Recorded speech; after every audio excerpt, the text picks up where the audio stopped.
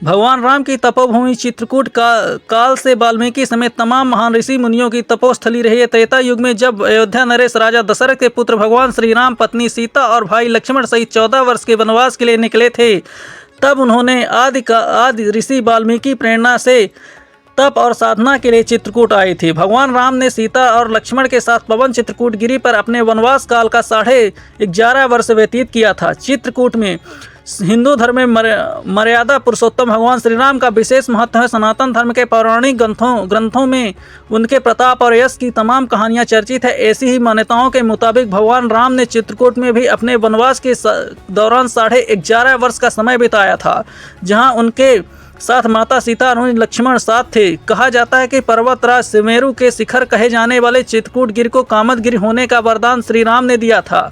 तभी से विश्व के इस अलौकिक पर्वत के दर्शन मात्र से आस्थावानों की मनोकामनाएं पूर्ण होती है। प्रतिवर्ष देश भर से करीब 2 करोड़ से अधिक श्रद्धालु चित्रकूट पहुंच यहां मां मंदाकिनी में आस्था की डुबकी लगाने के बाद कामदगिरि पर्वत को पंचकोसी परिक्रमा लगाते हुए इस पौराणिक तीर्थ की महिमा का बखान एवं स्वयं गोस्वामी तुलसीदास जी ने रामचरितमानस में किया है।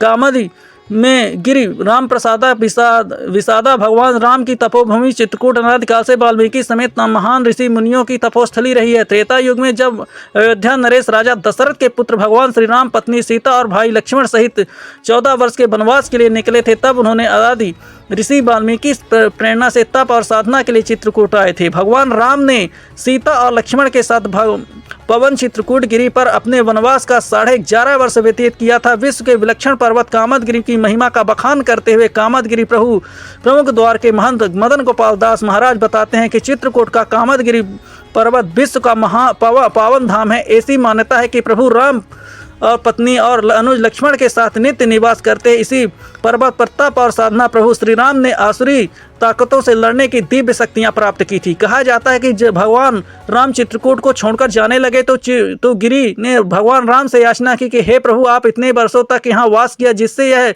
जगह पावन हो गई है, लेकिन आपके जाने के बाद मुझे कौन पूछेगा। तब राम ने चित्रकूट गिरि को वरदान दिया कि आप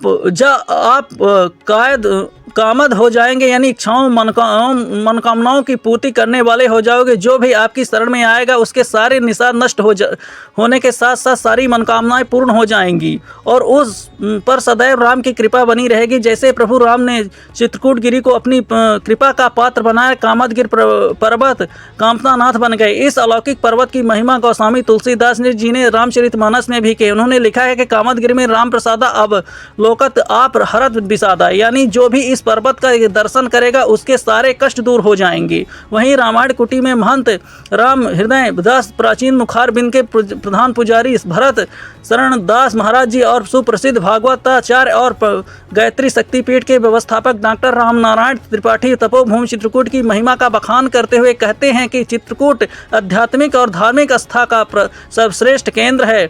यह वह भूमि है जहाँ पर ब्रह्मा, विष्णु और महेश तीनों देवों का निवास है। भगवान विष्णु ने भगवान राम के रूप में यहाँ वनवास काटा था, तो ब्रह्मा जी ने सृष्टि की रचना के लिए यह यज्ञ किया था कि उस यज्ञ से प्रकट हुआ शिवलिंग धर्म नगरी चित्रकूट में क्षेत्रपाल के रूप में आज भी विराजमान है। विश्व के करोड़ों हिंदुओं के आराध्य भगवान राम ने सीता और लक्ष्मण के साथ कामदगिरि पर्वत पर निवास कर अपने वनवास काल के 11.5 वर्ष व्यतीत किया था।